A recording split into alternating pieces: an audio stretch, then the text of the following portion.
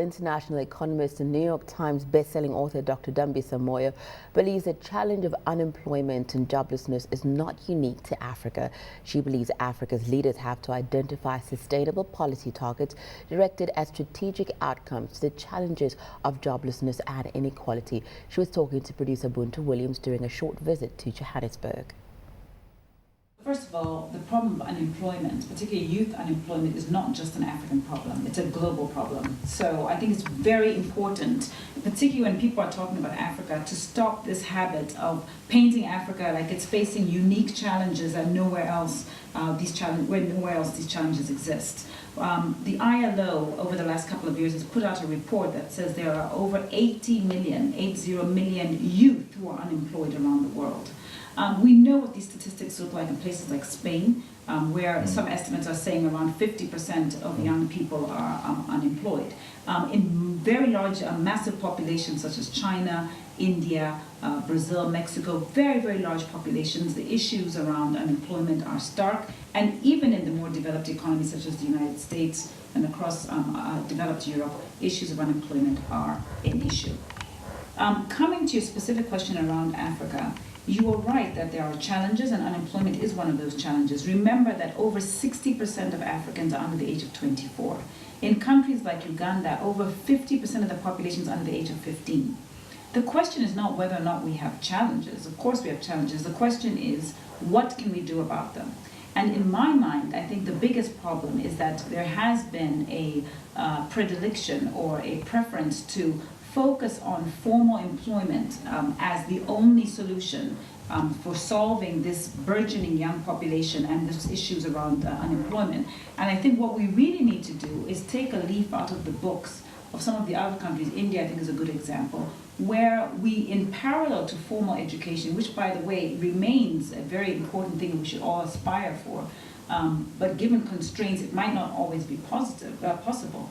I think we need to take a leaf out of the book of places like India, where it's clear that the policymakers are engaging in ways to encourage entrepreneurship, to encourage the development of other sectors that perhaps do not require a long, full, extensive formal education that it would be nice, but it is not necessarily feasible at this time. Some of the other sectors, and some of the sectors are technology, of course, but also, some people might argue, well, that's very heavily in requirements in terms of labor. But call centers, for example, are something that perhaps doesn't require as much in terms of formal training, and yet has been a massive draw for employment in India. Dr. Moyo also added that it is a misperception to believe that China was merely exploiting Africa. Buntu had asked her whether resource shortages could be a catalyst for conflict and a threat to global trade. Yes and no, it can be a problem. First of all, I think there's a lot of misinformation. There are now, if I recall correctly, something like 20 stock exchanges across the African continent, and over 1,000 stocks that trade in those economies. Over 85% of the stocks are non-commodity stocks. They're banks, they're insurance companies, telecommunications companies, but they're not all commodities. So that's point one, okay? So I think the association in people's minds that Africa must be a commodity story, they're missing out on a bigger trade that's going on here.